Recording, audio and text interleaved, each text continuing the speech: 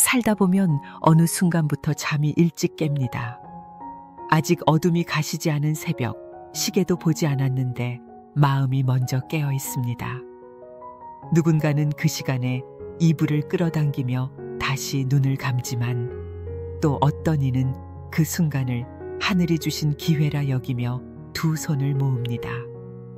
그 새벽의 정적 속에서 눈을 감고 염원을 담아 기도하는 그 마음은 말할 수 없이 맑고 절실합니다. 인생의 연륜이 쌓일수록 이른 아침이 가볍지 않은 이유입니다. 특히 가정 안에서 겪는 크고 작은 갈등은 나이와 관계없이 삶의 중심을 흔들어 놓습니다. 자식과의 불화, 배우자와의 오해, 형제 간의 다툼은 한 사람의 마음만으로 풀리기 어렵습니다. 이런 문제는 이성으로 설명할 수 있는 영역을 넘어서 있으며 얽히고 설킨 업의 고리 속에 있습니다. 그렇기 때문에 기도는 가장 먼저 가족을 위해 시작되어야 합니다. 부처님께서는 상유타 니까야에서 다음과 같이 말씀하셨습니다. 가장 먼저 사랑을 베풀어야 할 대상은 함께 살아가는 이들이며 그 마음에서 세상의 평화가 시작되느니라. 이 말씀은 가족이야말로 자비의 첫걸음이 되어야 한다는 뜻입니다. 우리가 남을 위하여 축원을 하듯 가족을 위한 기도 또한 복덕의 문을 여는 근본입니다. 가족은 우리가 선택한 인연이 아닙니다. 전생의 어변으로 맺어진 가장 가까운 인과입니다. 그래서 가족 간의 다툼은 단순한 성격 차이나 생활 방식의 문제를 넘어서 전생에 맺힌 업의 씨앗이 이 생에서 열매를 맺는 과정일 수 있습니다. 자바 함경에서는 전생의 업이 현재의 형제를 만들고 원한이 해결되지 않으면 같은 집에서 다시 태어나 서로를 괴롭게 한다라고 했습니다. 그러므로 우리가 가족과 함께 살아간다는 것은 단지 인연이 아니라 과거 생의 업을 정화할 기회이기도 합니다. 새벽 기도의 시간은 그 업을 풀 수 있는 귀한 시간입니다. 기도가 깊어질수록 내 안의 집착과 분노가 서서히 녹아내리기 시작하고 그때부터 말이 달라지고 표정이 바뀌며 가족을 대하는 태도도 조용히 변해갑니다. 우리가 기도로 바꾸는 것은 현실보다 내면입니다. 그리고 그 내면의 변화는 반드시 현실로 이어집니다. 법구경에서도 다음과 같은 구절이 나옵니다. 원망을 원망으로 갚으면 원망은 끝이 없고 사랑으로 갚을 때에만 원망은 사라진다. 이는 우리가 가족 간의 갈등이 생겼을 때 그에 대한 해결책이 곧 사랑, 즉 자비라는 점을 명확히 보여줍니다. 단순한 말로 끝나는 사랑이 아니라 새벽마다 두 손 모아 기도하는 그 간절함에서 비롯되는 자비입니다. 어떤 분은 말씀하십니다. 나는 이미 기도를 많이 했는데도 아무 변화가 없습니다. 그럴 때 우리는 스스로에게 물어야 합니다. 내 기도에 조건이 있었는가? 용서할 마음 없이 기도만 했던 것은 아닌가? 참된 기도는 마음의 방향을 바꾸는 일입니다. 새벽의 침묵 속에서 가족의 이름을 한 사람 한 사람 불러보십시오. 그리고 그들의 얼굴을 떠올리며 한마디씩 기도를 올려보십시오. 어떤 이는 건강을 위해, 어떤 이는 삶의 방황을 멈추기 위해, 또 어떤 이는 내가 더는 미워하지 않기 위해. 부처님께서는 숫다니빠따에서 이렇게 말씀하셨습니다. 모든 중생을 향한 자애는 바로 수행자의 길이며 가정에 머무는 이 또한 그 길을 걸어야 한다. 수행은 반드시 산중에서 하는 것만이 아닙니다. 새벽의 고요 속에서 가족을 위한 기도, 그것이 바로 집안에서 행하는 위대한 수행입니다. 지금 내 곁에 있는 이들이 어떤 인연으로 함께 왔는지를 생각해 보십시오. 분명 그들 없이는 내가 이 자리에 오지 못했을 것입니다. 때론 원망하고 실망한 적도 있지만 그 모든 감정 뒤에는 함께한 시간의 무게가 있습니다. 그리고 그 무게가 바로 기도의 이유가 됩니다. 이제 내일 새벽 눈이 떠지거든 망설이지 마시고 기도를 시작해 보십시오. 짧아도 좋습니다. 단 몇 마디라도 진심을 담아 가족을 위한 기도를 드려보시기 바랍니다. 그 기도는 언젠가 화해의 문이 열릴 때 그 사람의 마음을 열어주는 첫 열쇠가 되어줄 것입니다. 다음은 가족 안에 숨어있는 불화의 뿌리, 그 마음의 근원을 함께 살펴보겠습니다. 그 뿌리를 알아야 비로소 기도의 방향이 명확해지기 때문입니다. 살면서 가장 깊은 상처는 낯선 이가 아니라 가장 가까운 이에게서 비롯됩니다. 피 한 방울 섞인 가족에게서 들은 말, 함께 밥을 먹던 사람의 무관심, 기대했던 사람의 외면은 마음속에 오래 남아 날이 갈수록 더 아프게 남습니다. 그래서일까요? 가정은 때때로 가장 안전한 곳이자 동시에 가장 피하고 싶은 장소가 되기도 합니다. 그런데 이 상처들은 과연 상대만의 탓일까요? 우리가 놓치기 쉬운 사실은 이 모든 갈등의 시작이 마음의 구조에서 비롯된다는 점입니다. 불교에서는 인간이 겪는 고통을 5가지 번뇌로 설명합니다. 탐내고, 성내고, 어리석고, 의심하고, 집착하는 마음. 이 가운데 가족 간의 불화를 불러오는 가장 근본적인 요소는 성냄과 집착입니다. 자식이 내 뜻대로 움직이지 않을 때 화가 납니다. 배우자가 내 기대를 저버릴 때 실망합니다. 형제가 내 몫을 존중하지 않을 때 섭섭함이 생깁니다. 이 모두는 내 안에 이래야 한다는 집착이 있기 때문에 벌어지는 일입니다. 부처님께서는 중화함경에서 이렇게 말씀하셨습니다. 모든 괴로움은 집착에서 일어난다. 바라지 않으면 성낼 일도 없고 얻으려 하지 않으면 다툴 일도 없다. 가족은 우리가 가장 많이 기대를 거는 관계입니다. 하지만 그 기대가 지나치면 그것은 곧 고집이 됩니다. 그리고 고집은 결국 관계를 뒤틀어 놓습니다. 나는 이렇게 했는데 왜 저 사람은 이렇게밖에 안 하지? 라는 마음. 바로 거기서 불화의 씨앗이 자랍니다. 이처럼 가정의 평화는 외적인 조건보다도 마음 안에 집착을 내려놓는 것에서 시작되어야 합니다. 법화경에서는 진실한 마음으로 듣고 깨닫는 이에게는 모든 어리석음이 사라진다고 했습니다. 우리가 진정으로 가족을 이해하고 받아들이려면 먼저 내 안의 어리석음을 바라볼 줄 알아야 합니다. 내가 옳다는 생각, 저 사람은 틀렸다는 확신, 이런 마음은 결국 우리를 고립시키고 서로를 등지게 만듭니다. 또한 불화는 반복되는 말과 감정의 싸움에서 자라납니다. 서로를 향한 비난과 훈계는 결코 변화의 열쇠가 되지 못합니다. 오히려 침묵 속에서 드리는 기도가 더 큰 전환점을 만듭니다. 새벽에 두 손을 모으며 그 사람의 잘못이 아닌 나의 고집을 먼저 내려놓는 기도를 드려보십시오. 부디 내 마음이 먼저 부드러워지게 하소서. 내가 먼저 성냄을 멈추게 하소서. 이 기도는 단순한 말이 아닙니다. 마음의 구조를 바꾸는 시작입니다. 가정은 마치 거울과 같습니다.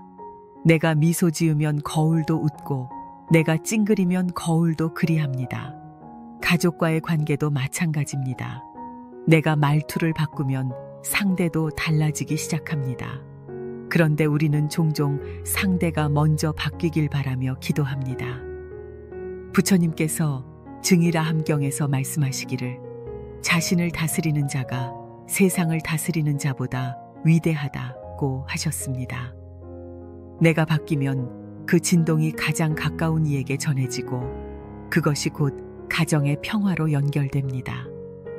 마음이 단단할수록 작은 일에도 상처받고 감정이 날카로울수록 사소한 말에도 상처를 줍니다. 그래서 새벽 기도는 마음을 말랑하게 만드는 시간입니다.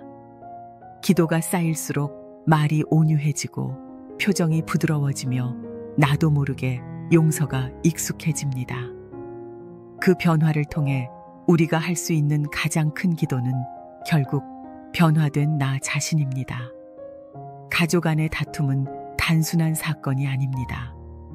그것은 업의 반복이자 우리가 이번 생에 풀고 가야 할 숙제입니다. 문제를 외면하고 도망치는 것으로는 결코 끝나지 않습니다. 기도는 그 숙제를 정면으로 마주하게 하는 힘이며 그 안에서 자비와 지혜를 키우는 계기가 됩니다. 이제 내일 새벽 눈이 떠진다면 다시 생각해 보십시오. 이 화는 왜 생겼는가? 이 미움은 어디서부터 시작되었는가? 그 뿌리를 들여다보고 그 마음을 그대로 들고 부처님 앞에 앉아 보십시오. 다짐하지 않아도 괜찮습니다. 그저 있는 그대로를 인정하는 것, 그것이 기도의 출발입니다. 다음은 우리가 지닌 가족 카르마의 고리에 대해 살펴보겠습니다. 현재의 갈등이 단지 지금 생의 일이 아님을 안다면 우리의 기도는 훨씬 깊어질 수 있습니다. 인생에서 우리가 가장 많이 엮이는 사람은 타인이 아닌 바로 가족입니다. 그들은 우리가 태어나기 전부터 업으로 얽히고 죽고 나서도 다시 만나게 되는 깊은 인연입니다. 피로 맺어진 관계보다 더 질긴 것이 업으로 맺어진 관계이며 그 업의 고리는 생을 거듭하며 이어지고 이어져 마침내 이번 생에서도 만나게 됩니다. 그렇기에 가정 안에서 벌어지는 다툼과 갈등은 단순한 성격 차이의 문제가 아닙니다. 그것은 분명 전생에서 풀리지 않은 매듭이 남아있기 때문이며 이번 생에서 그 어변을 해소할 기회를 다시 맞이하게 된 것입니다. 부처님께서는 장하함경에서 이렇게 말씀하셨습니다. 전생의 인연 따라 다시 만나는 이들 중 가장 가까운 자가 가족이요 가장 깊은 원한 또한 그 안에 숨어 있느니라. 이 말씀을 통해 우리는 깨달아야 합니다. 내가 지금 부딪히는 이 가족이 어쩌면 전생에서 나와 갈등을 겪은 사람일 수도 있습니다. 내가 이해할 수 없는 말과 행동을 하는 그 사람이 사실은 내 업장을 비추는 거울일 수도 있습니다.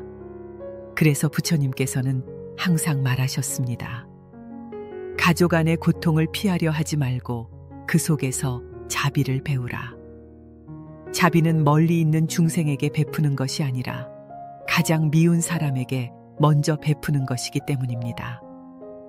자바함경에도 비슷한 말씀이 있습니다. 악연은 악연으로서는 끊어지지 않고 자비로서만 끊을 수 있다. 우리가 가족 간에 겪는 반복되는 다툼, 같은 패턴의 오해와 충돌, 그것은 단지 이번 생의 문제가 아니라 업의 반복입니다. 그 반복을 끊기 위해서는 한 사람이 먼저 자비의 문을 열어야 합니다. 그리고 그 첫 문을 여는 방법이 바로 기도입니다. 기도는 말로써 하는 것이 아니라 마음으로 하는 것입니다. 가족 카르마의 고리를 끊기 위한 기도는 단순히 우리 집 평화롭게 해주세요 라는 말로 끝나지 않습니다. 기도는 내가 먼저 화를 내려놓고 미움을 내려놓고 이해하고 용서하겠다는 의지를 담아야 합니다. 그럴 때 업의 고리가 서서히 풀리기 시작합니다. 이러한 수행을 통해 실제로 업이 소멸된 사례는 대보적경에 잘 나타나 있습니다. 이 경전에서는 한 수행자가 매일 새벽마다 자기 아버지를 위한 기도를 드렸습니다. 아버지는 생전에 매우 폭력적이고 탐욕스러운 사람이었지만 아들은 끝까지 포기하지 않고 그의 해탈을 위해 기도했습니다. 그리고 마침내 그 기도의 힘으로 아버지의 업이 가벼워지고 다음 생에서는 선한 곳에 태어날 수 있었다고 전합니다. 이는 단순한 이야기로 넘길 수 없는 교훈입니다. 내 기도가 가족의 업까지 전해질 수 있다는 확신입니다. 이제 우리는 깨달아야 합니다. 가족 카르마를 끊는 일은 내가 참아 넘기는 것으로 해결되지 않습니다. 그 고리를 의식적으로 바라보고 수행적으로 끊는 노력이 있어야 합니다. 새벽마다 드리는 기도는 그런 의미에서 강력한 수행입니다. 고요한 시간에 내가 지닌 업을 돌아보고 가족의 이름을 부르며 한 사람씩 마음속으로 용서하고 이해할 수 있다면 그 순간부터 업은 점차 녹아내리기 시작합니다. 업은 이식됩니다. 내가 원망하는 감정을 품고 살아가면 그 감정은 자식에게도 고스란히 전달됩니다.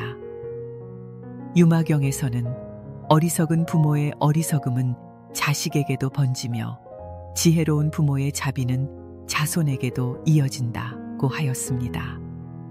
이는 단지 말로만 가르치는 것이 아니라 마음의 기운이 자식에게까지 퍼진다는 뜻입니다. 내가 지닌 분노, 미움, 질투, 오만이 해소되지 않으면 자식도 동일한 마음으로 세상을 살아가게 됩니다. 그래서 우리는 매일 아침 이렇게 기도해야 합니다. 이 업이 내서 끊어지게 하소서. 나로 인하여 자식에게 번지지 않게 하소서. 이 기도는 단순한 축원이 아니라 업을 끊고 복을 잇는 다짐입니다. 새벽마다 이 기도를 반복하면 그 진동은 내 마음을 정화시키고 가족의 삶에 복의 씨앗을 뿌리게 됩니다. 이제 마음을 다잡고 기도해 보십시오. 그 사람을 미워했던 마음보다 함께 웃던 날들을 먼저 떠올리며 그리고 업의 흐름이 여기서 멈추도록 내가 먼저 자비의 고리를 걸어 보십시오. 오늘의 기도가 업을 끊고 복을 잇는 시작이 될 것입니다.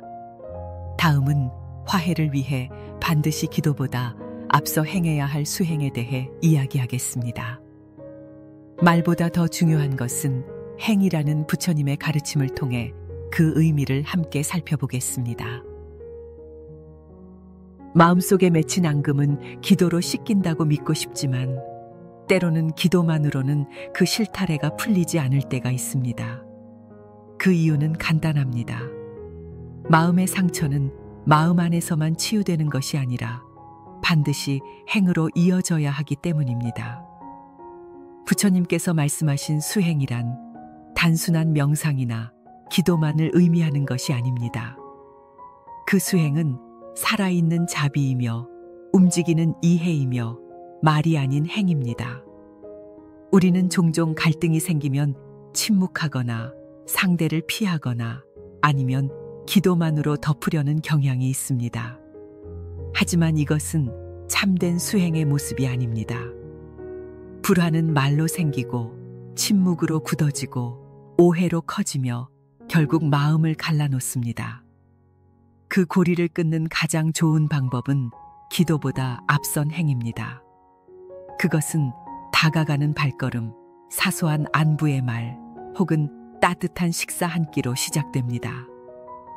중화함경에서는 사람이 진정으로 참회할 때는 입이 아니라 발로 걸어가며 말이 아니라 몸으로 행하여야 한다고 하였습니다. 이 말씀은 참회의 진심은 기도가 아닌 실천에서 나타난다는 뜻입니다. 내 마음속에서 아무리 용서를 하고 있다 해도 상대는 그 마음을 알지 못합니다. 그리고 그 오해는 그대로 머물러 더욱 단단한 벽이 됩니다.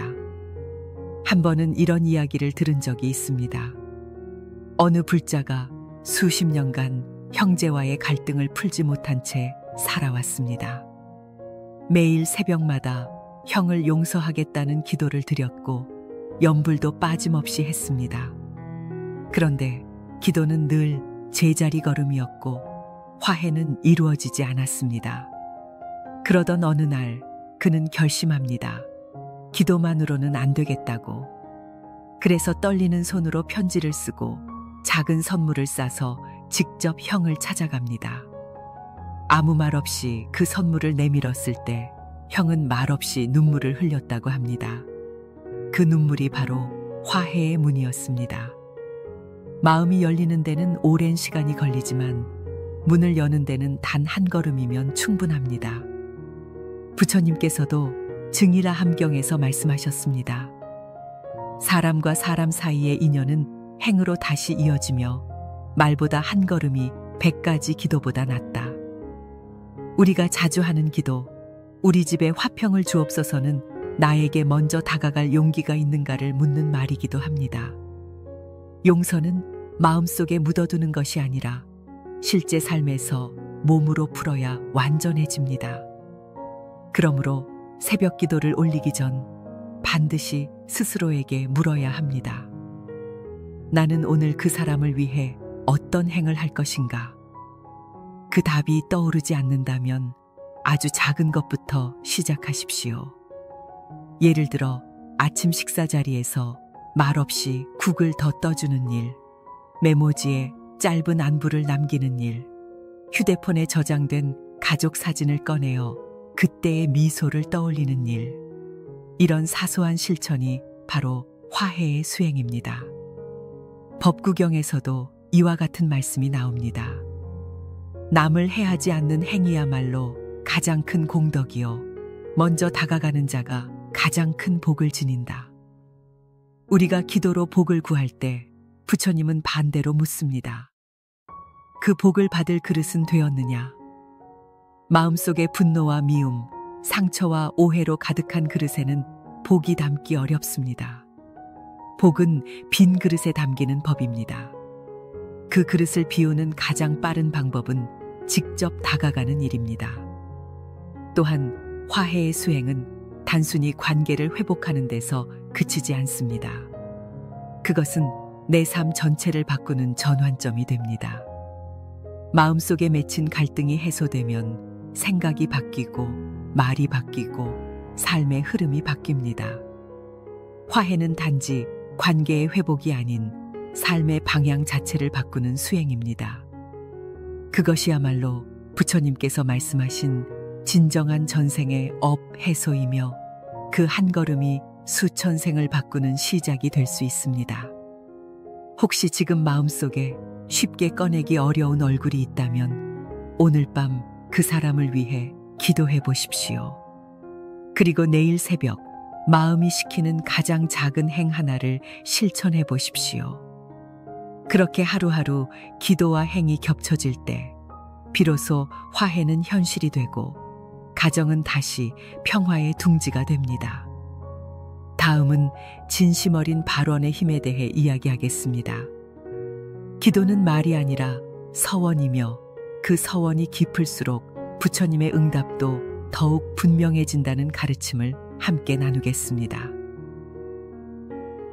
어느 날 문득 우리 삶에서 가장 소중한 것이 무엇인가를 돌아보게 됩니다. 젊은 날엔 성공과 인정이 가장 중요해 보였지만 시간이 흐를수록 결국 마음에 남는 것은 가족입니다. 아침에 일어나 처음 마주하는 얼굴, 하루를 마무리하고 돌아가는 집, 그곳에 기다리는 사람들. 이 평범한 일상이야말로 인생에서 가장 큰 복이라는 사실을 우리는 나이가 들어서야 비로소 깨닫습니다. 그런데 이 소중한 가족을 위한 기도가 과연 얼마나 진심이었는지를 스스로에게 물어본 적이 있으신가요? 무심히 이름을 부르고 형식적으로 기도문을 읊는 것만으로는 진정한 기도의 힘이 일어나지 않습니다. 불교에서 말하는 발원은 단순한 기도가 아닙니다. 그것은 내가 반드시 이룰 것을 서원하고 그 서원을 지키기 위해 스스로 변화하겠다는 결심입니다. 다시 말해, 발원은 소원을 비는 것이 아니라 그 소원을 이루기 위한 첫 마음의 씨앗입니다. 부처님께서는 화엄경에서 이렇게 말씀하셨습니다. 모든 중생의 고통은 발원이 없는 데서 비롯되며 모든 복덕은 깊은 서원에서 비롯된다. 이는 곧 마음의 진심으로 품은 서원이야말로 삶의 방향을 바꾸고 가족의 운명을 바꾸는 원동력이 된다는 뜻입니다. 기도를 하실 때 오늘부터는 이렇게 마음을 세워보십시오. 이 가정에 다시는 원망이 머무르지 않게 하소서. 내가 먼저 웃고 내가 먼저 손 내밀게 하소서. 자식의 삶이 고요하고 평온하도록 내가 업장을 녹이게 하소서. 이렇게 구체적인 발언을 세울 때 기도는 현실에 뿌리내리기 시작합니다. 대비주다 라니경에는 발언의 힘으로 부모의 업을 씻어내고 자식의 복을 늘린 이의 이야기가 나옵니다. 한 여인이 남편과 자식이 끊임없이 불행한 일을 겪는 상황 속에서 매일 새벽마다 대비주를 지극정성으로 외웠습니다. 그녀는 그 기도에서 늘 같은 발언을 했다고 합니다. 제가 지은 업으로 이 가족에게 고통이 온 것이라면 제가 짊어지겠습니다. 제 생을 깎아 이 가정에 평화를 주소서. 그녀의 발언은 단지 말이 아니라 눈물로, 정성으로, 실천으로 이루어졌습니다.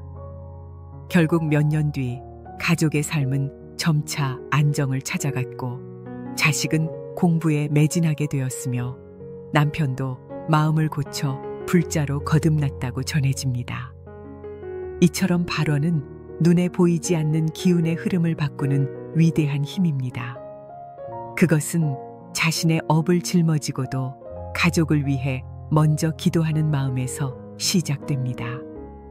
내가 받은 상처보다 가족이 받는 복이 크기를 바라는 마음, 그것이 진심 어린 발언입니다.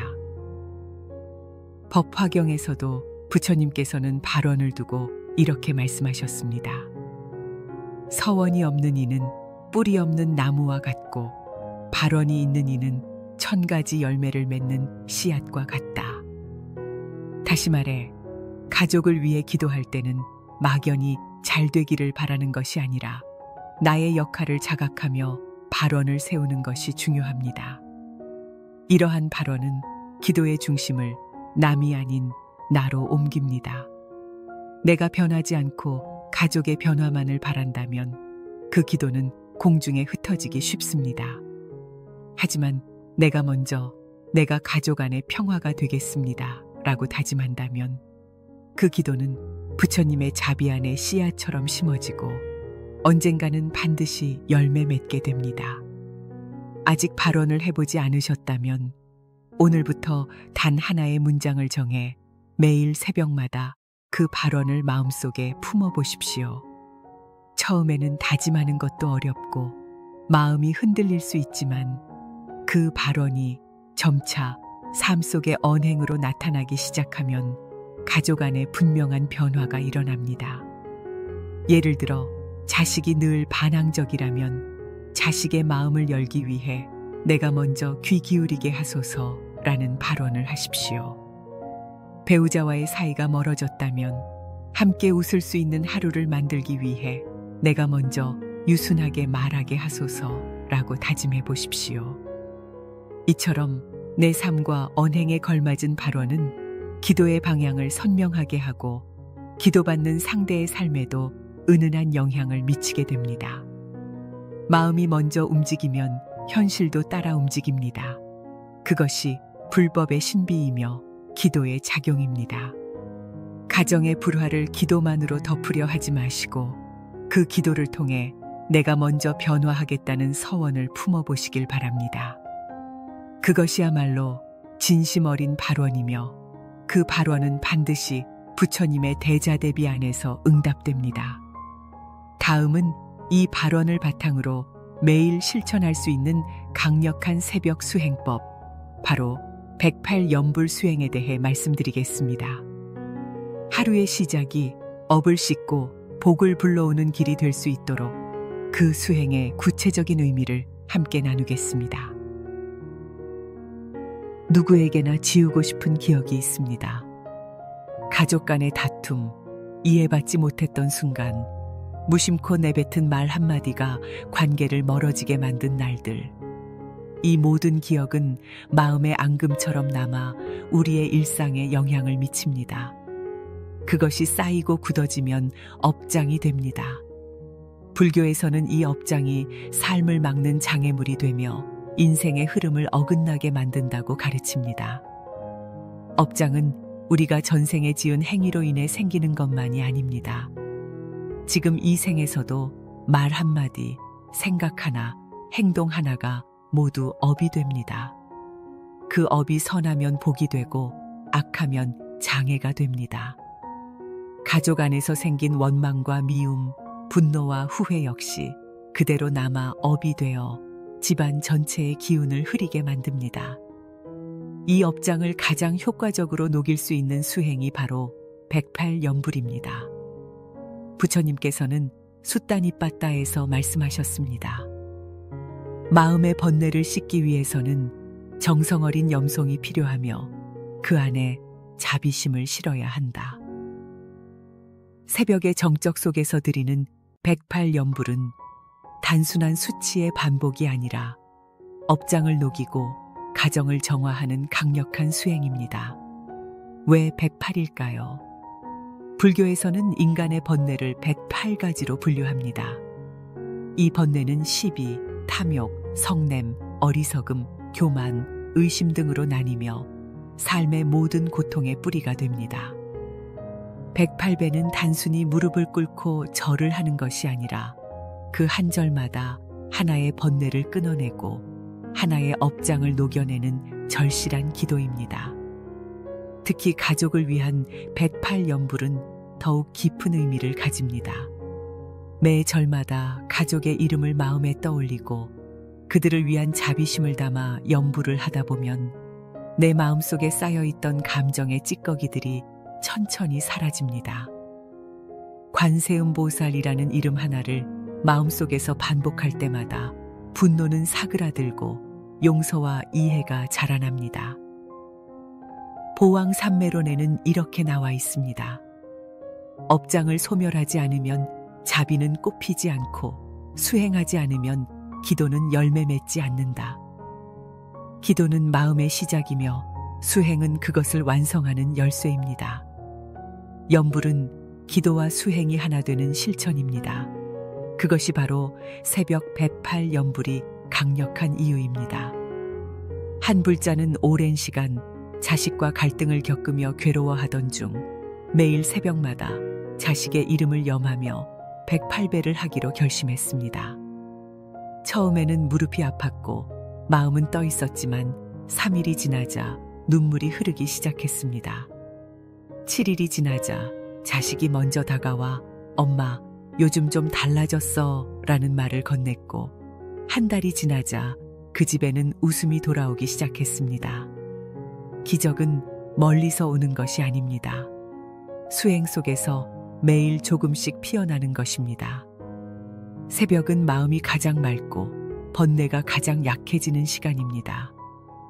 이 시간에 수행을 시작하면 그 파장은 하루 전체에 영향을 미치며 그 기운은 집안에 머무르게 됩니다. 특히 가족을 위한 수행은 내가 아닌 우리 모두를 위한 복덕이 되기 때문에 그 공덕은 배가 되어 돌아옵니다. 연불을 하실 때는 반드시 마음에 한 사람씩 떠올려 보십시오. 오늘은 자식을, 내일은 배우자를, 그 다음 날은 부모님을, 그리고 그 사람을 위한 한마디 기도를 절 속에 담아 보십시오. 이 아이가 지혜를 얻기를, 이 사람이 고통에서 벗어나기를, 이 집안이 평온해지기를. 그러면 연불은 기도가 되고 기도는 자비가 되며 자비는 곧 복으로 이어집니다. 대반열반경에서 부처님께서는 말씀하셨습니다. 몸을 낮추는 자는 마음이 높아지고 남을 위해 연불하는 자는 자신 또한 해탈에 이르느니라. 연불은 내 업을 녹이는 동시에 가족의 복을 쌓는 지름길입니다. 새벽 108연불은 내 삶뿐 아니라 집안 전체의 기운을 바꾸는 수행입니다. 무릎을 꿇는 그 순간마다 내가 지은 미움 하나가 녹아내립니다. 이마를 땅에 대는 그 절마다 자식의 길이 트이고 배우자의 마음이 풀어지며 가정의 업장이 옅어집니다. 단 하루만으로는 변화를 느끼기 어려울 수 있습니다. 하지만 7일, 21일, 49일을 정성으로 이어가다 보면 반드시 그 변화는 현실로 드러납니다.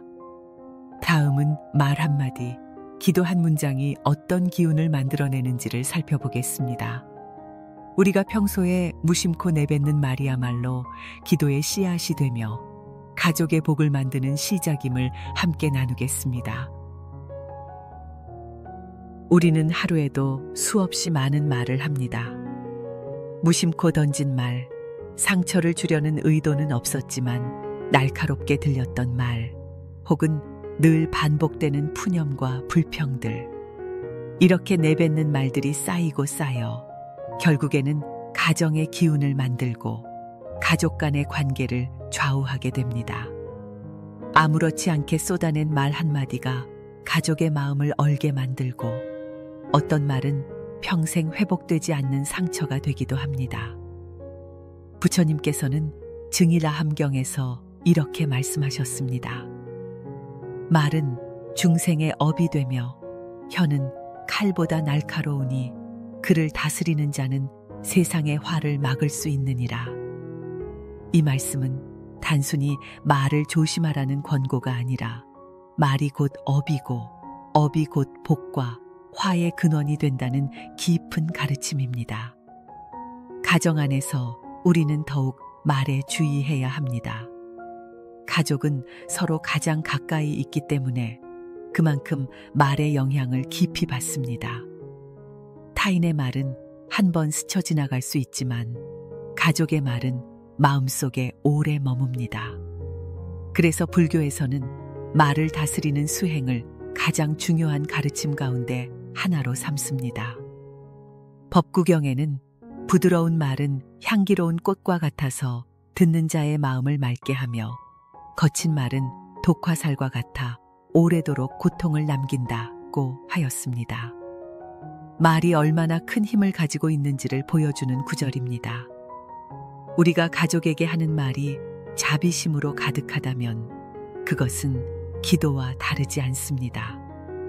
거룩한 연부를 외우는 것처럼 평소의 말이 복이 되는 순간입니다. 특히 새벽에 드리는 기도 속에서 우리는 말의 힘을 더욱 자각하게 됩니다. 새벽 기도는 그저 속삭이는 것이 아니라 내 말이 기도가 되어 우주의 진동으로 퍼져나간다는 것을 인식하는 시간입니다. 오늘도 이 집안에 다툼이 없게 하소서.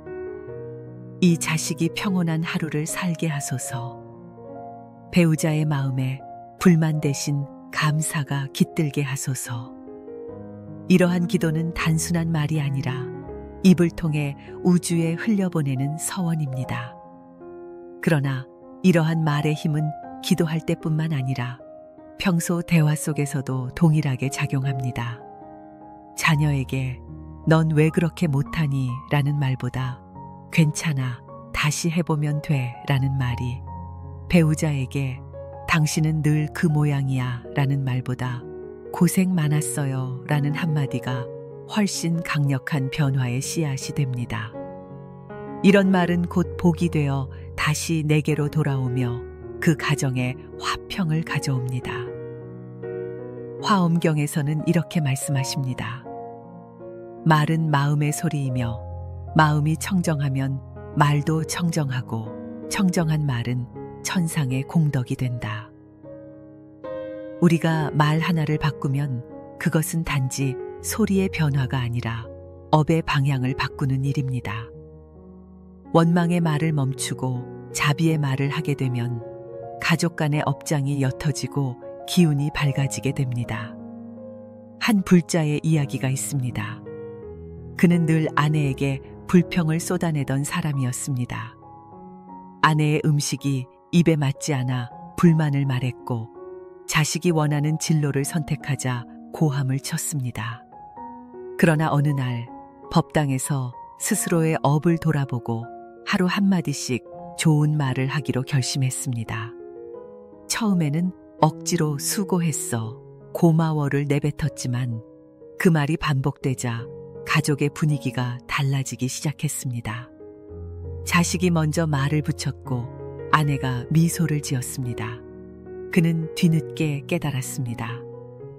말이 기도였고 내가 그 기도의 입구를 막고 있었구나. 이처럼 우리가 하는 모든 말은 기도이자 업이며 동시에 공덕이 됩니다. 복을 받기 위해 특별한 절차가 필요한 것이 아니라 내가 내뱉는 말 하나에 자비를 담는 것만으로도 그 길이 열립니다. 기도는 마음에서 시작되어 입으로 나오고 행으로 마무리됩니다. 그러므로 말은 기도 중에서도 가장 실천적인 형태입니다. 오늘 새벽부터 시작해 보십시오. 가족을 향한 말 한마디를 바꿔보는 것입니다. 눈을 뜨자마자 오늘 하루가 평화롭기를 바랍니다. 라고 말해 보십시오. 아침 식사 시간에 맛있게 먹자, 오늘도 힘내자고 말해 보십시오.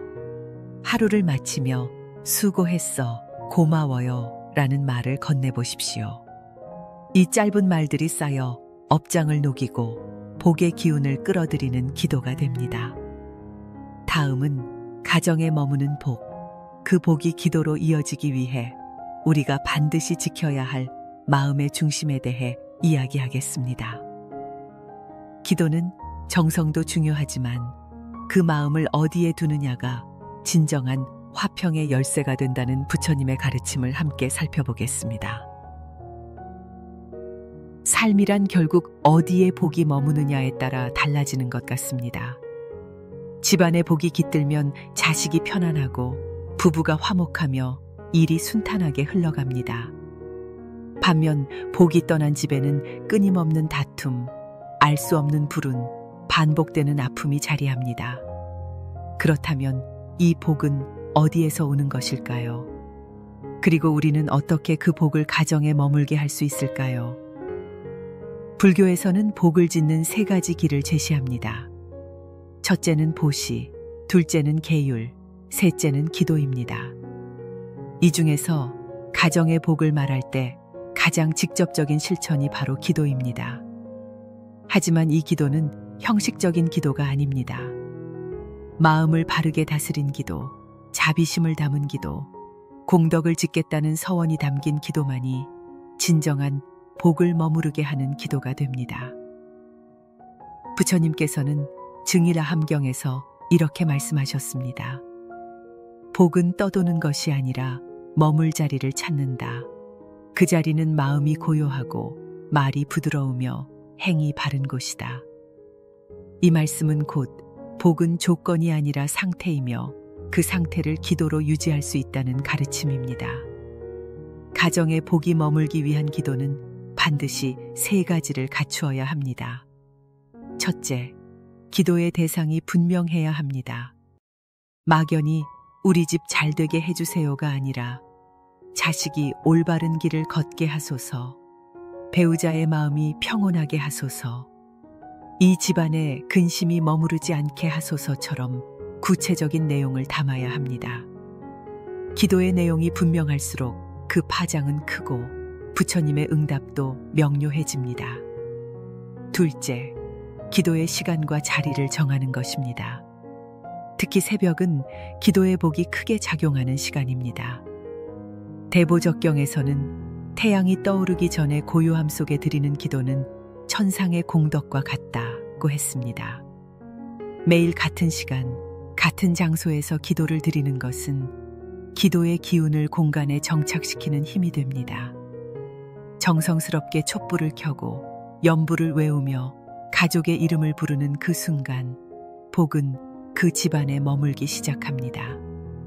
셋째, 기도 후의 마음가짐입니다. 많은 이들이 기도를 마치고 나면 다시 예전의 마음으로 돌아가곤 합니다. 하지만 진정한 기도는 기도 이후의 태도에서 완성됩니다. 부처님께서는 법구경에서 말씀하셨습니다. 공양을 올리고도 마음을 바꾸지 않으면 복은 머물지 않고 떠나가며 한마디 기도에도 마음을 다하면 복이 머무느니라.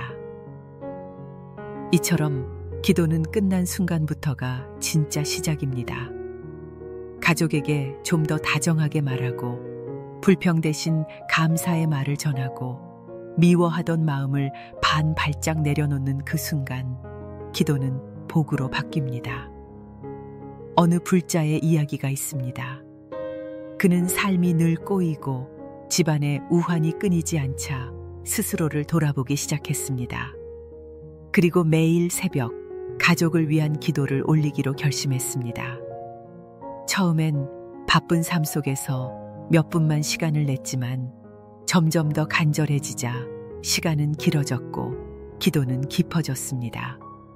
그는 자식의 이름을 부르며 그 아이의 업은 이 아버지가 끌어안겠습니다 라고 기도했고, 배우자를 위해 내가 부족함을 채워가겠습니다 라고 발언했습니다. 기도는 곧 그의 말투를 바꾸었고 행동을 바꾸었고 삶을 바꾸었습니다.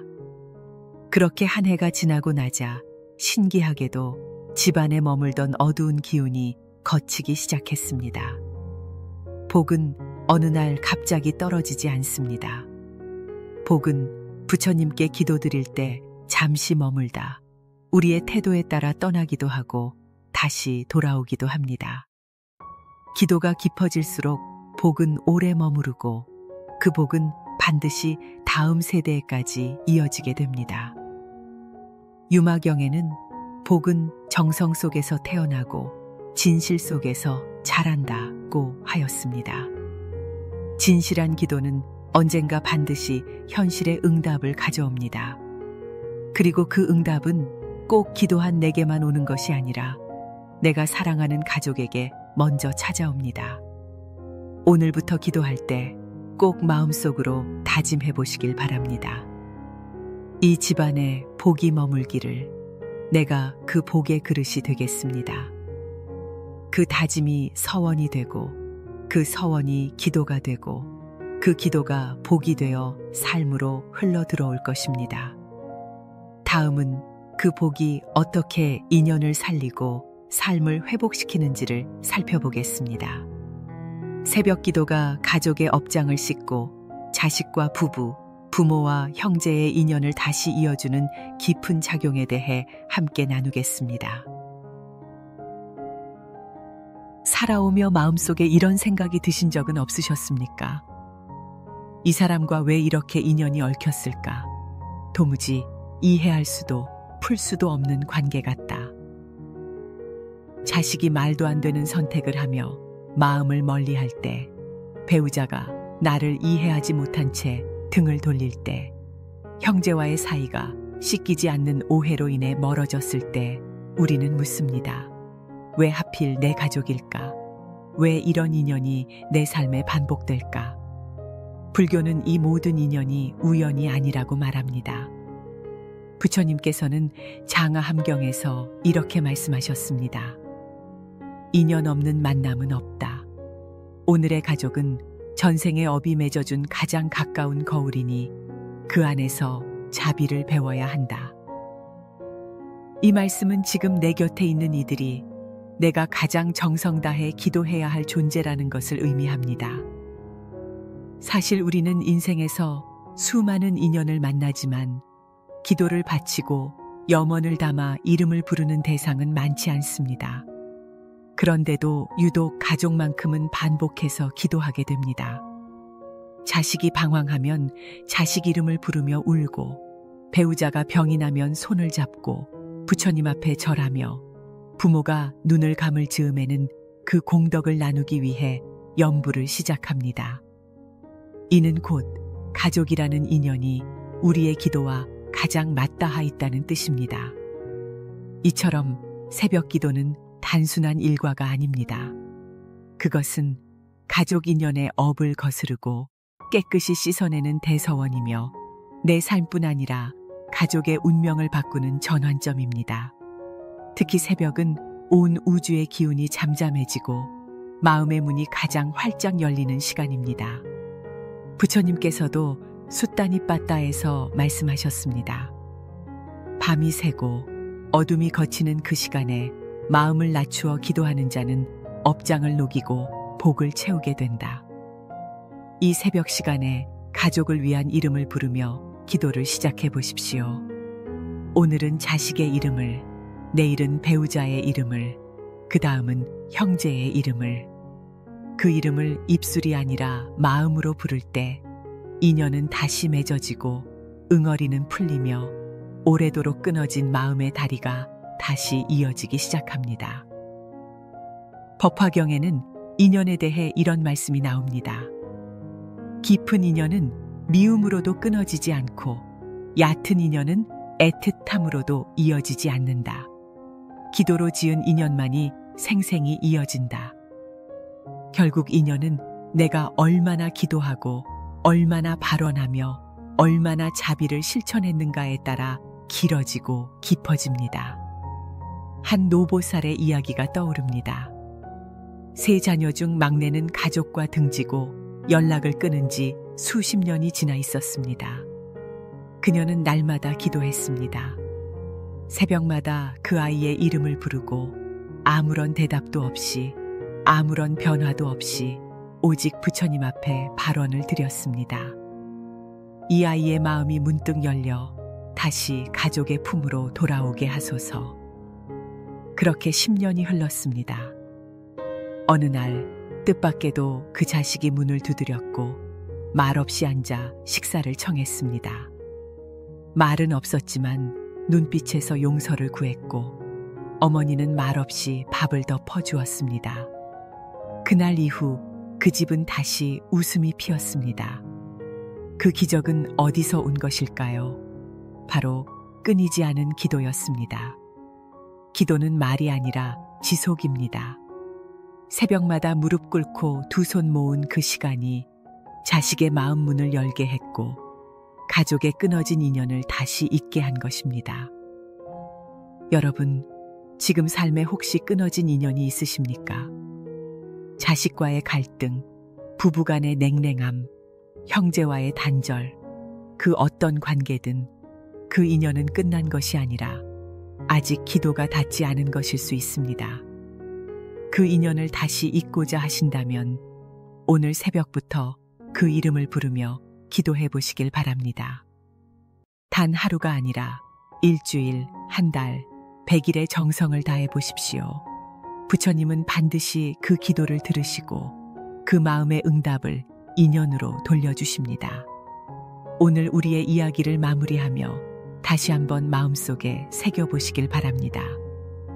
기도는 인연을 살리고 업을 끊으며 복을 부르는 힘입니다. 새벽의 그 조용한 순간이 바로 그 모든 기적이 시작되는 시간입니다. 여러분도 지금 가족의 갈등으로 고민하고 계신가요? 혹은 자식의 앞날이 걱정되시나요? 부부의 소통이 끊겨 마음이 힘드신가요? 그렇다면 오늘 이 기도를 기억해 주세요. 이 인연이 다시 꽃피기를 내가 먼저 낮아지겠습니다.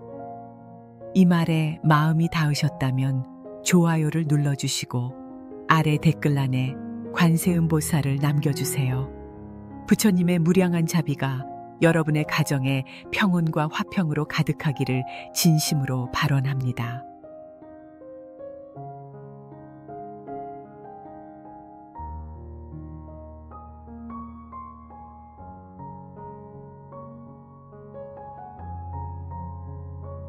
살다 보면 어느 순간부터 잠이 일찍 깹니다.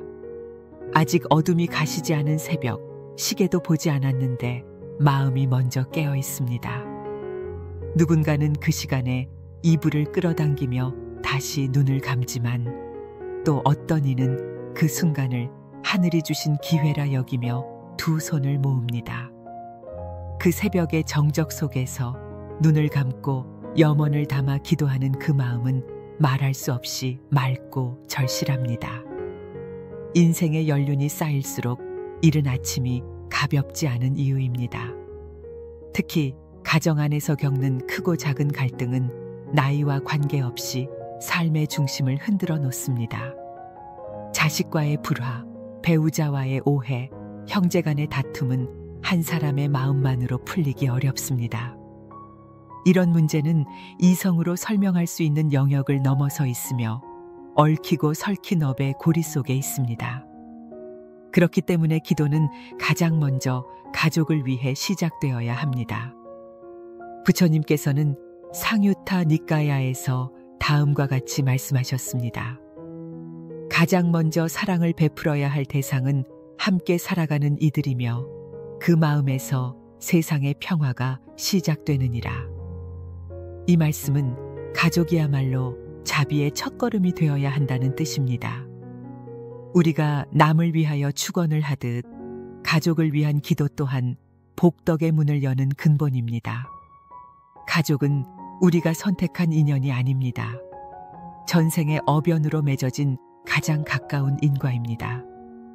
그래서 가족 간의 다툼은 단순한 성격 차이나 생활 방식의 문제를 넘어서 전생에 맺힌 업의 씨앗이 이 생에서 열매를 맺는 과정일 수 있습니다. 자바 함경에서는 전생의 업이 현재의 형제를 만들고 원한이 해결되지 않으면 같은 집에서 다시 태어나 서로를 괴롭게 한다라고 했습니다. 그러므로 우리가 가족과 함께 살아간다는 것은 단지 인연이 아니라 과거 생의 업을 정화할 기회이기도 합니다. 새벽 기도의 시간은 그 업을 풀 수 있는 귀한 시간입니다. 기도가 깊어질수록 내 안의 집착과 분노가 서서히 녹아내리기 시작하고 그때부터 말이 달라지고 표정이 바뀌며 가족을 대하는 태도도 조용히 변해갑니다. 우리가 기도로 바꾸는 것은 현실보다 내면입니다. 그리고 그 내면의 변화는 반드시 현실로 이어집니다. 법구경에서도 다음과 같은 구절이 나옵니다. 원망을 원망으로 갚으면 원망은 끝이 없고 사랑으로 갚을 때에만 원망은 사라진다.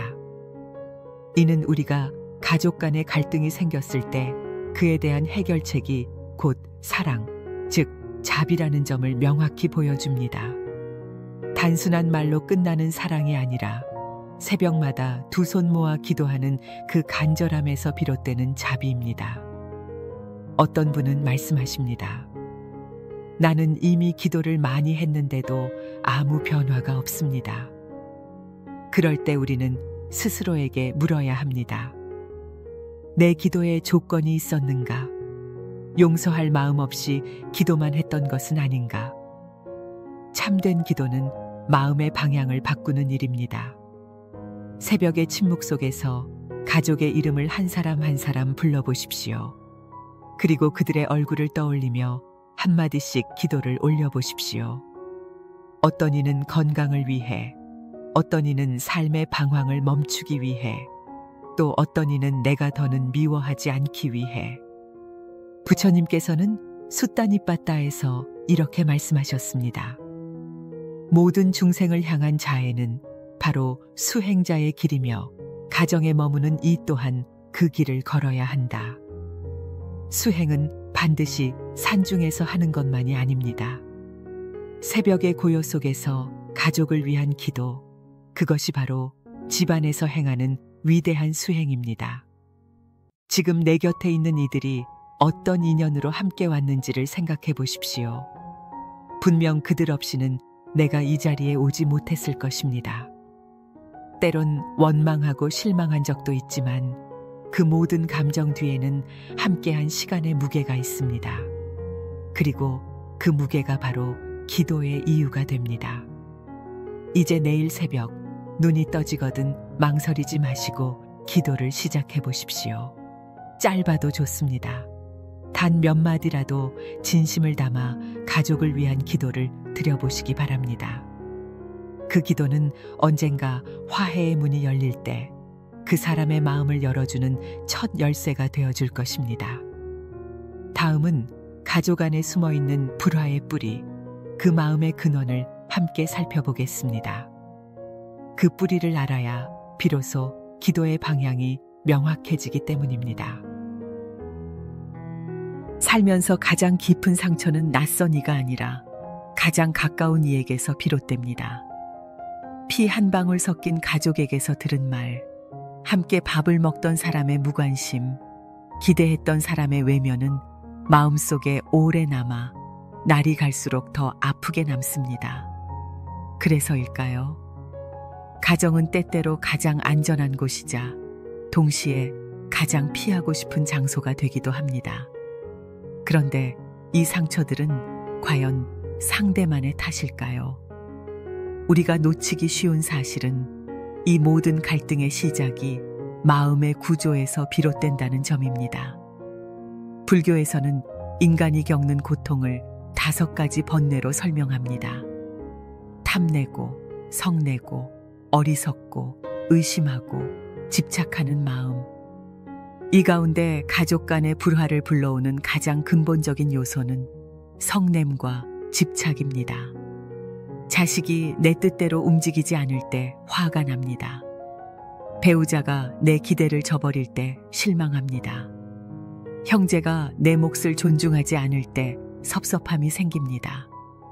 이 모두는 내 안에 이래야 한다는 집착이 있기 때문에 벌어지는 일입니다. 부처님께서는 중화함경에서 이렇게 말씀하셨습니다. 모든 괴로움은 집착에서 일어난다. 바라지 않으면 성낼 일도 없고 얻으려 하지 않으면 다툴 일도 없다. 가족은 우리가 가장 많이 기대를 거는 관계입니다. 하지만 그 기대가 지나치면 그것은 곧 고집이 됩니다. 그리고 고집은 결국 관계를 뒤틀어 놓습니다. 나는 이렇게 했는데 왜 저 사람은 이렇게밖에 안 하지? 라는 마음. 바로 거기서 불화의 씨앗이 자랍니다. 이처럼 가정의 평화는 외적인 조건보다도 마음 안의 집착을 내려놓는 것에서 시작되어야 합니다. 법화경에서는 진실한 마음으로 듣고 깨닫는 이에게는 모든 어리석음이 사라진다고 했습니다. 우리가 진정으로 가족을 이해하고 받아들이려면 먼저 내 안의 어리석음을 바라볼 줄 알아야 합니다. 내가 옳다는 생각, 저 사람은 틀렸다는 확신, 이런 마음은 결국 우리를 고립시키고 서로를 등지게 만듭니다. 또한 불화는 반복되는 말과 감정의 싸움에서 자라납니다. 서로를 향한 비난과 훈계는 결코 변화의 열쇠가 되지 못합니다. 오히려 침묵 속에서 드리는 기도가 더 큰 전환점을 만듭니다. 새벽에 두 손을 모으며 그 사람의 잘못이 아닌 나의 고집을 먼저 내려놓는 기도를 드려보십시오. 부디 내 마음이 먼저 부드러워지게 하소서. 내가 먼저 성냄을 멈추게 하소서. 이 기도는 단순한 말이 아닙니다.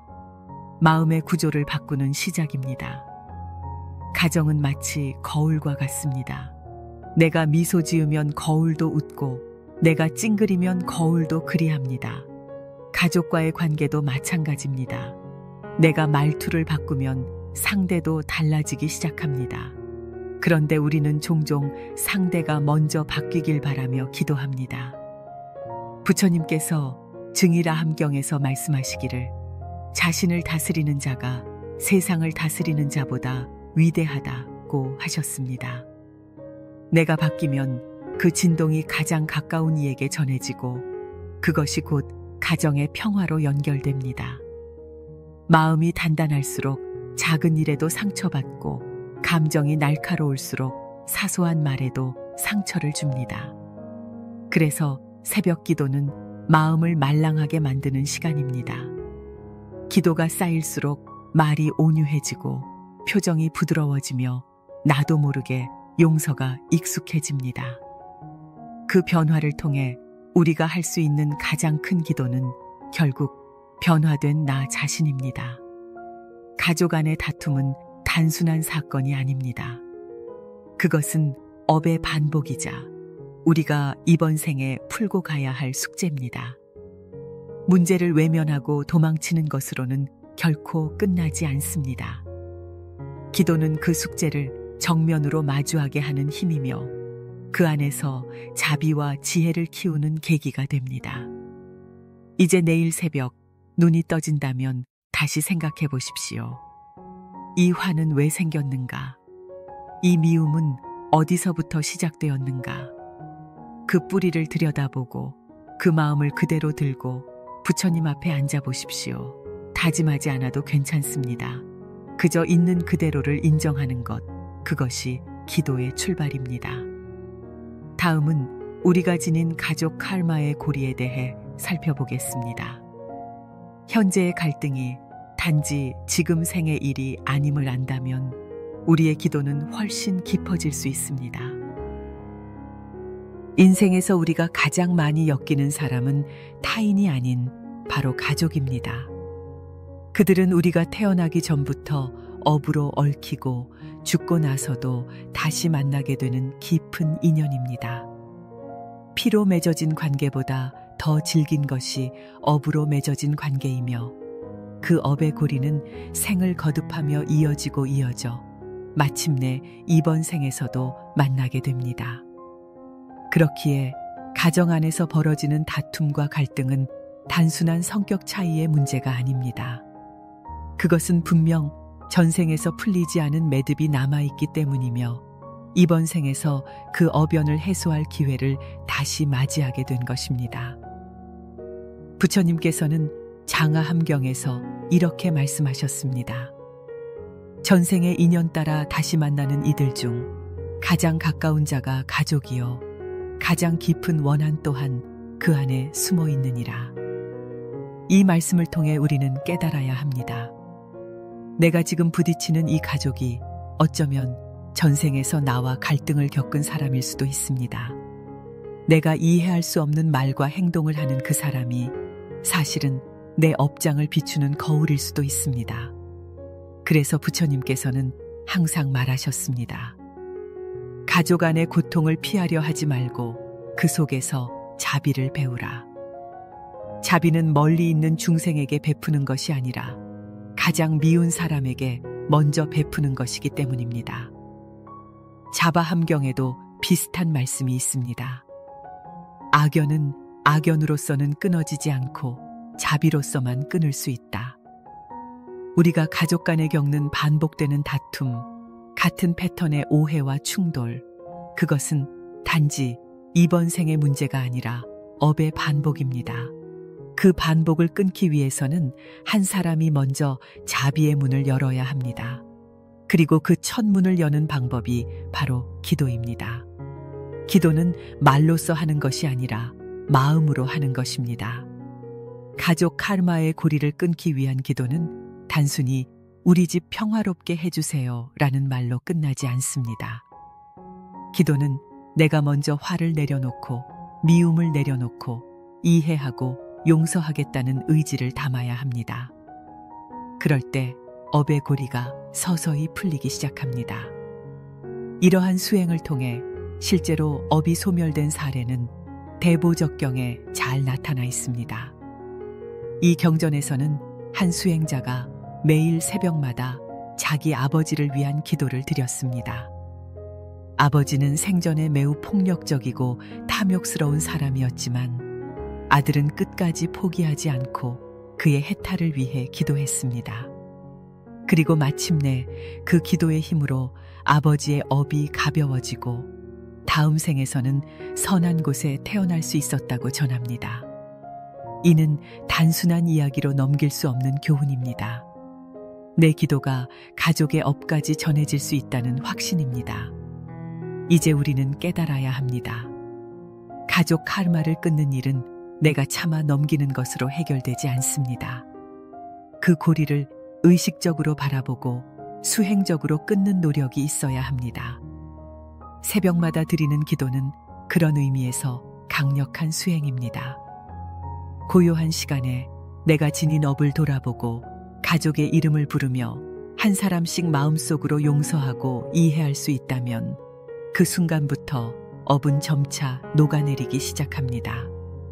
업은 이식됩니다. 내가 원망하는 감정을 품고 살아가면 그 감정은 자식에게도 고스란히 전달됩니다.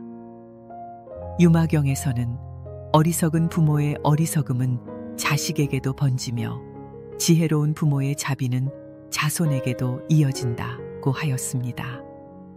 이는 단지 말로만 가르치는 것이 아니라 마음의 기운이 자식에게까지 퍼진다는 뜻입니다. 내가 지닌 분노, 미움, 질투, 오만이 해소되지 않으면 자식도 동일한 마음으로 세상을 살아가게 됩니다. 그래서 우리는 매일 아침 이렇게 기도해야 합니다. 이 업이 내서 끊어지게 하소서. 나로 인하여 자식에게 번지지 않게 하소서. 이 기도는 단순한 축원이 아니라 업을 끊고 복을 잇는 다짐입니다. 새벽마다 이 기도를 반복하면 그 진동은 내 마음을 정화시키고 가족의 삶에 복의 씨앗을 뿌리게 됩니다. 이제 마음을 다잡고 기도해 보십시오. 그 사람을 미워했던 마음보다 함께 웃던 날들을 먼저 떠올리며, 그리고 업의 흐름이 여기서 멈추도록 내가 먼저 자비의 고리를 걸어보십시오. 오늘의 기도가 업을 끊고 복을 잇는 시작이 될 것입니다. 다음은 화해를 위해 반드시 기도보다 앞서 행해야 할 수행에 대해 이야기하겠습니다. 말보다 더 중요한 것은 행이라는 부처님의 가르침을 통해 그 의미를 함께 살펴보겠습니다. 마음속에 맺힌 앙금은 기도로 씻긴다고 믿고 싶지만 때로는 기도만으로는 그 실타래가 풀리지 않을 때가 있습니다. 그 이유는 간단합니다. 마음의 상처는 마음 안에서만 치유되는 것이 아니라 반드시 행으로 이어져야 하기 때문입니다. 부처님께서 말씀하신 수행이란 단순한 명상이나 기도만을 의미하는 것이 아닙니다. 그 수행은 살아있는 자비이며 움직이는 이해이며 말이 아닌 행입니다. 우리는 종종 갈등이 생기면 침묵하거나 상대를 피하거나 아니면 기도만으로 덮으려는 경향이 있습니다. 하지만 이것은 참된 수행의 모습이 아닙니다. 불화는 말로 생기고 침묵으로 굳어지고 오해로 커지며 결국 마음을 갈라놓습니다. 그 고리를 끊는 가장 좋은 방법은 기도보다 앞선 행입니다. 그것은 다가가는 발걸음, 사소한 안부의 말, 혹은 따뜻한 식사 한 끼로 시작됩니다. 중화함경에서는 사람이 진정으로 참회할 때는 입이 아니라 발로 걸어가며 말이 아니라 몸으로 행하여야 한다고 하였습니다. 이 말씀은 참회의 진심은 기도가 아닌 실천에서 나타난다는 뜻입니다. 내 마음속에서 아무리 용서를 하고 있다 해도 상대는 그 마음을 알지 못합니다. 그리고 그 오해는 그대로 머물러 더욱 단단한 벽이 됩니다. 한 번은 이런 이야기를 들은 적이 있습니다. 어느 불자가 수십 년간 형제와의 갈등을 풀지 못한 채 살아왔습니다. 매일 새벽마다 형을 용서하겠다는 기도를 드렸고 염불도 빠짐없이 했습니다.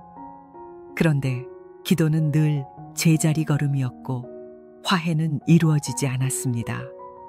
그러던 어느 날 그는 결심합니다. 기도만으로는 안 되겠다고. 그래서 떨리는 손으로 편지를 쓰고 작은 선물을 싸서 직접 형을 찾아갑니다. 아무 말 없이 그 선물을 내밀었을 때 형은 말없이 눈물을 흘렸다고 합니다. 그 눈물이 바로 화해의 문이었습니다. 마음이 열리는 데는 오랜 시간이 걸리지만 문을 여는 데는 단 한 걸음이면 충분합니다. 부처님께서도 증이라 함경에서 말씀하셨습니다. 사람과 사람 사이의 인연은 행으로 다시 이어지며 말보다 한 걸음이 100가지 기도보다 낫다.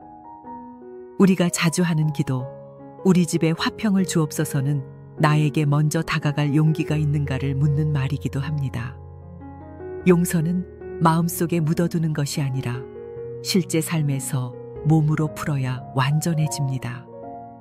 그러므로 새벽 기도를 올리기 전 반드시 스스로에게 물어야 합니다. 나는 오늘 그 사람을 위해 어떤 행을 할 것인가? 그 답이 떠오르지 않는다면 아주 작은 것부터 시작하십시오.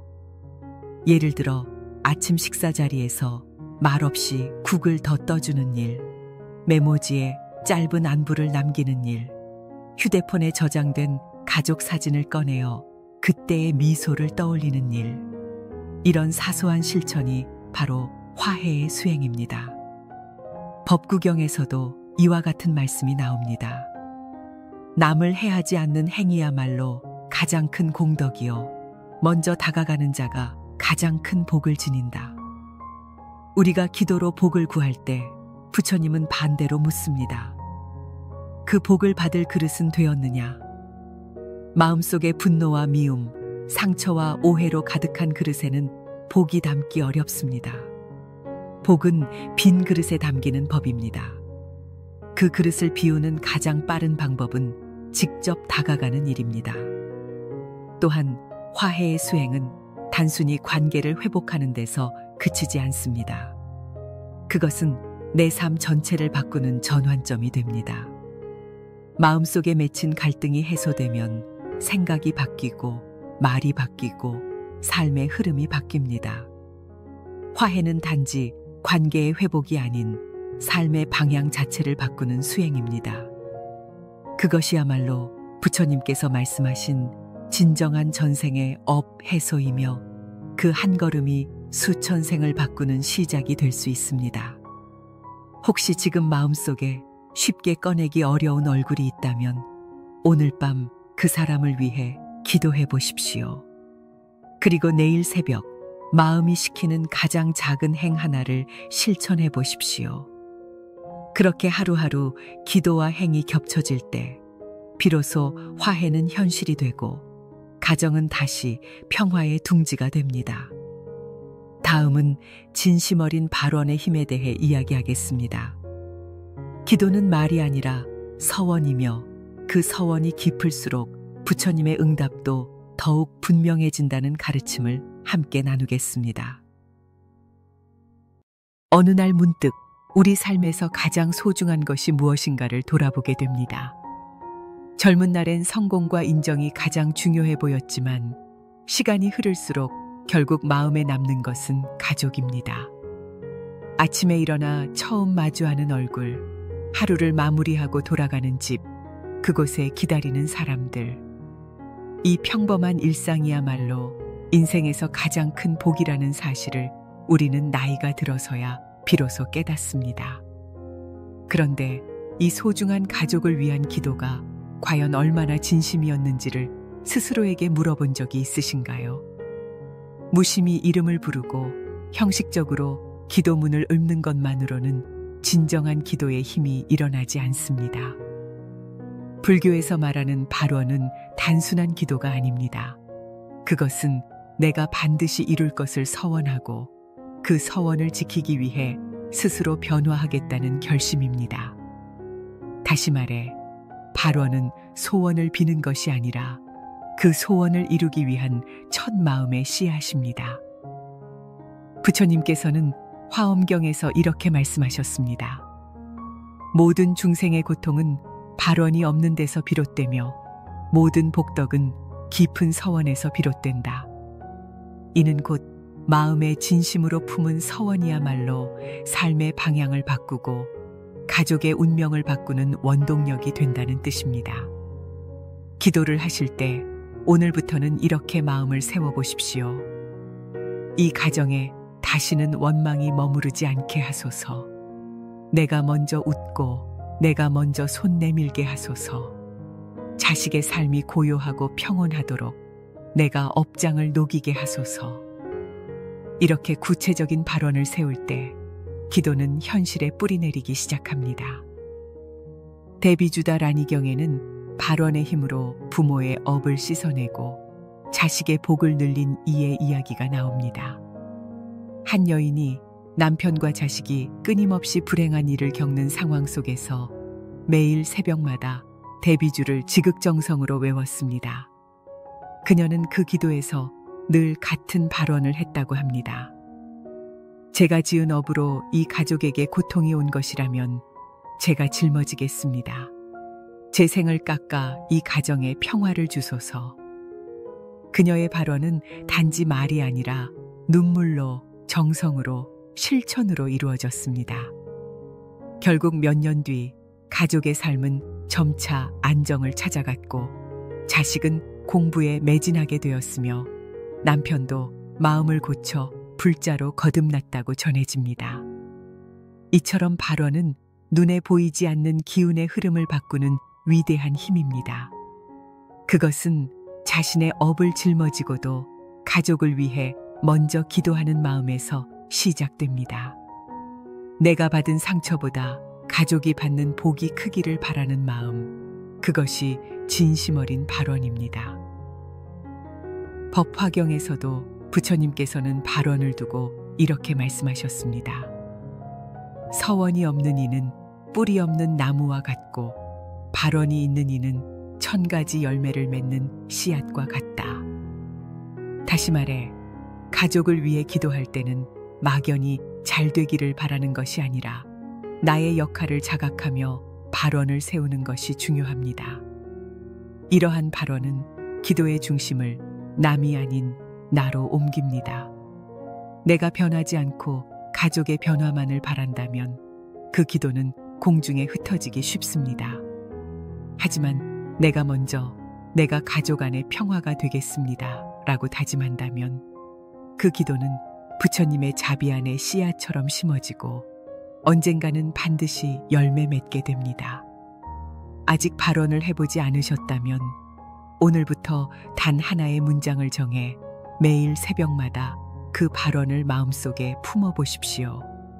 처음에는 다짐하는 것도 어렵고 마음이 흔들릴 수 있지만 그 발언이 점차 삶 속의 언행으로 나타나기 시작하면 가족 안에 분명한 변화가 일어납니다. 예를 들어 자식이 늘 반항적이라면 자식의 마음을 열기 위해 내가 먼저 귀 기울이게 하소서라는 발언을 하십시오. 배우자와의 사이가 멀어졌다면 함께 웃을 수 있는 하루를 만들기 위해 내가 먼저 유순하게 말하게 하소서라고 다짐해 보십시오. 이처럼 내 삶과 언행에 걸맞은 발언은 기도의 방향을 선명하게 하고 기도받는 상대의 삶에도 은은한 영향을 미치게 됩니다. 마음이 먼저 움직이면 현실도 따라 움직입니다. 그것이 불법의 신비이며 기도의 작용입니다.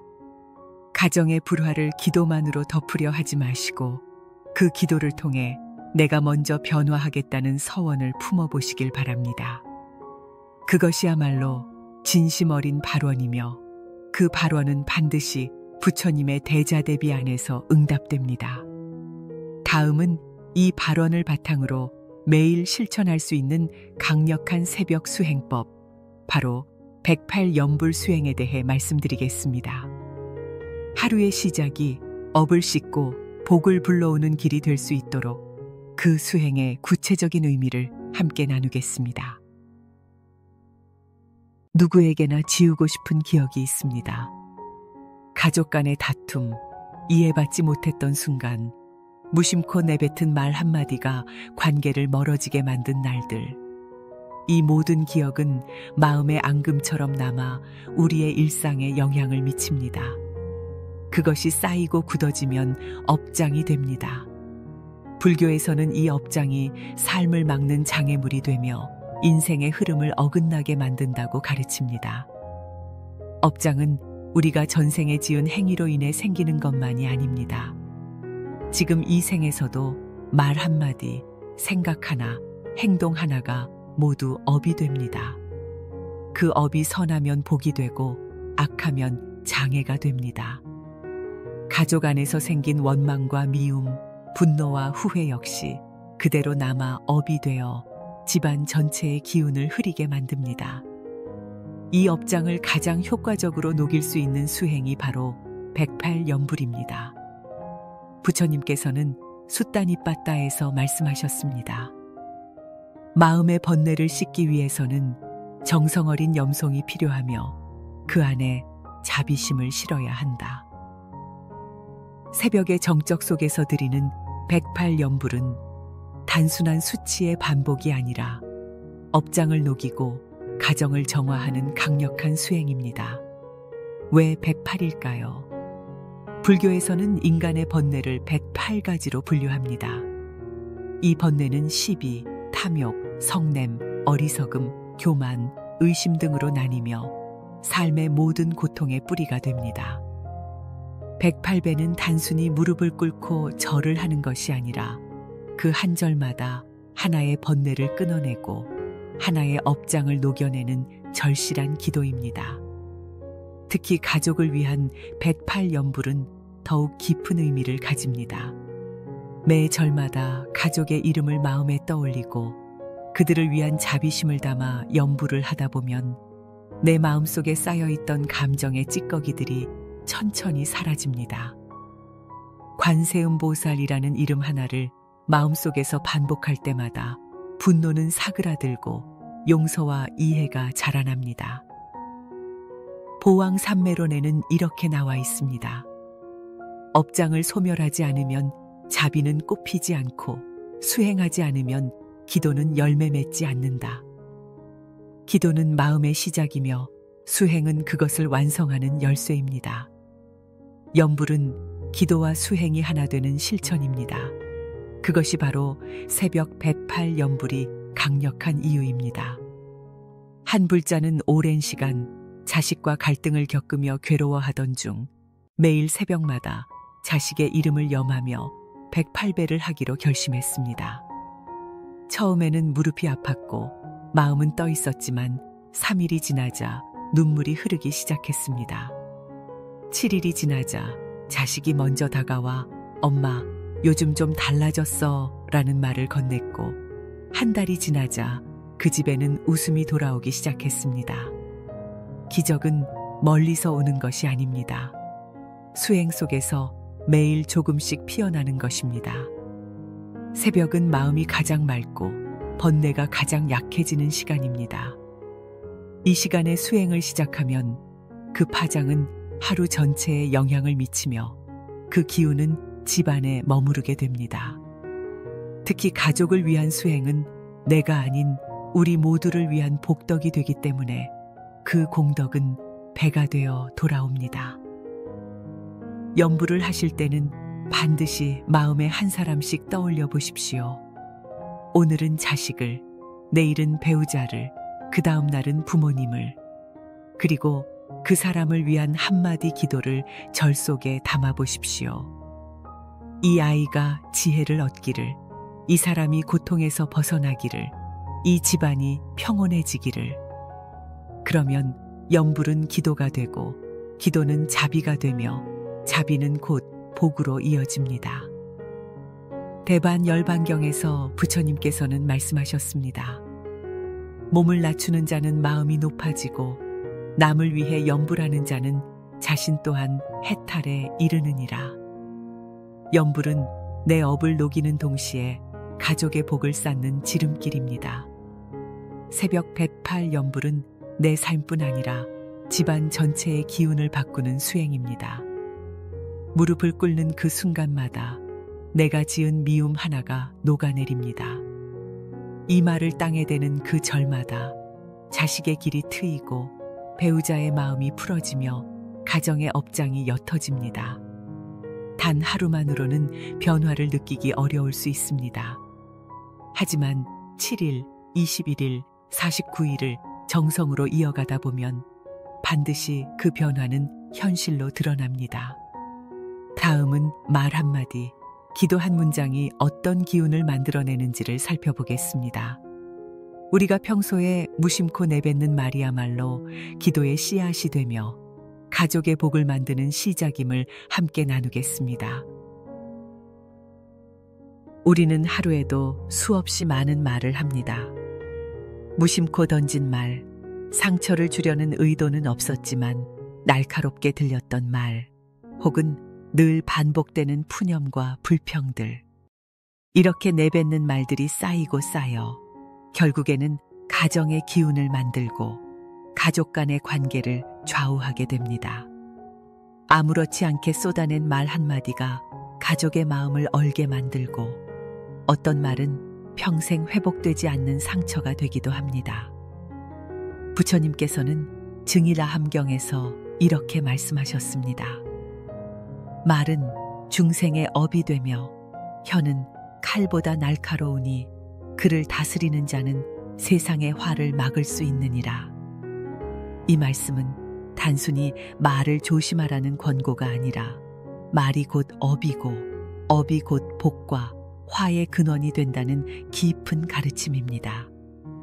가정 안에서 우리는 더욱 말에 주의해야 합니다. 가족은 서로 가장 가까이 있기 때문에 그만큼 말의 영향을 깊이 받습니다. 타인의 말은 한 번 스쳐 지나갈 수 있지만 가족의 말은 마음속에 오래 머뭅니다. 그래서 불교에서는 말을 다스리는 수행을 가장 중요한 가르침 가운데 하나로 삼습니다. 법구경에는 부드러운 말은 향기로운 꽃과 같아서 듣는 자의 마음을 맑게 하며 거친 말은 독화살과 같아 오래도록 고통을 남긴다고 하였습니다. 말이 얼마나 큰 힘을 가지고 있는지를 보여주는 구절입니다. 우리가 가족에게 하는 말이 자비심으로 가득하다면 그것은 기도와 다르지 않습니다. 거룩한 연부를 외우는 것처럼 평소의 말이 복이 되는 순간입니다. 특히 새벽에 드리는 기도 속에서 우리는 말의 힘을 더욱 자각하게 됩니다. 새벽 기도는 그저 속삭이는 것이 아니라 내 말이 기도가 되어 우주의 진동으로 퍼져나간다는 것을 인식하는 시간입니다. 오늘도 이 집안에 다툼이 없게 하소서. 이 자식이 평온한 하루를 살게 하소서. 배우자의 마음에 불만 대신 감사가 깃들게 하소서. 이러한 기도는 단순한 말이 아니라 입을 통해 우주에 흘려보내는 서원입니다. 그러나 이러한 말의 힘은 기도할 때뿐만 아니라 평소 대화 속에서도 동일하게 작용합니다. 자녀에게 넌 왜 그렇게 못하니? 라는 말보다 괜찮아, 다시 해보면 돼 라는 말이, 배우자에게 당신은 늘 그 모양이야 라는 말보다 고생 많았어요 라는 한마디가 훨씬 강력한 변화의 씨앗이 됩니다. 이런 말은 곧 복이 되어 다시 내게로 돌아오며 그 가정에 화평을 가져옵니다. 화엄경에서는 이렇게 말씀하십니다. 말은 마음